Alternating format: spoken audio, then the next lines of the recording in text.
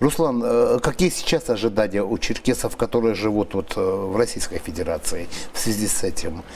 Ну, то, что контрпропаганда, скажем так, пытается представить это так, что якобы только диаспора требует признания геноцида у Российской Федерации, а российские черкесы всем довольны и так далее. Это такая контрпродуктивная игра.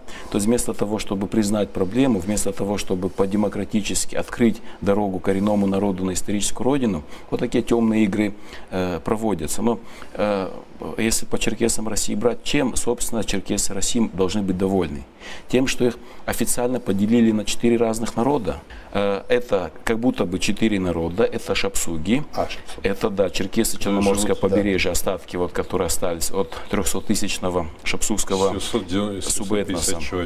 Да, осталось 1000 человек, которых не могли там в горах. И сейчас 10 тысяч. Вот общая численность на все побережье Черноморское 10 тысяч черкесов-шапсугов.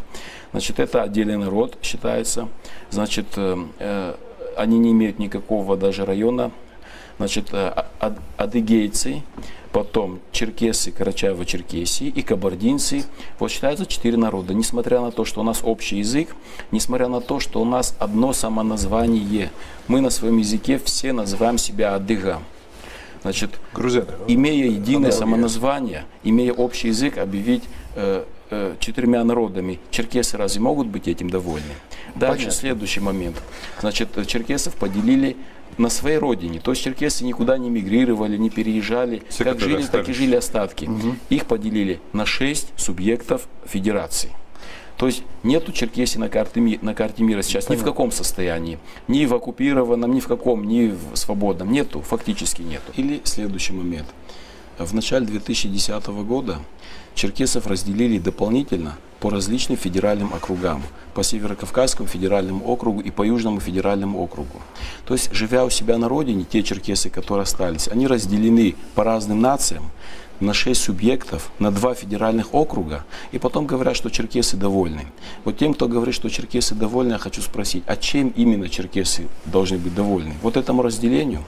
Или они должны быть довольны тем, что 90% черкесов до сих пор не может вернуться на родину, что нет ни одной программы по возвращению черкесов?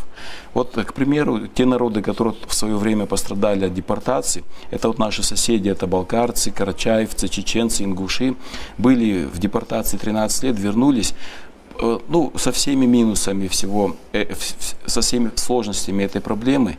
Значит, были специальные программы. В отношении черкесов нету ни одного документа. Мало того, это все игнорируется. На просьбу Черкесского конгресса в Госдуму Российской Федерации признать геноцид черкесов с приложением на 60 дисках архивных материалов последовал такой ответ, что по заключению Госдумы черкесы геноциду не подвергались во время Второй мировой войны. В документе четко написано «геноцид, совершенный российским государством в XIX веке». То есть вот на таком уровне пытаются разговаривать. Это форменное издевательство, я вам скажу. Это форменное издевательство, больше ну что сказать. Или с этой Олимпиады. По всей Черкесии устанавливают памятники русским генералам, которые военные преступники. Генерал Зас, генерал Лазарев, значит, Ермолов.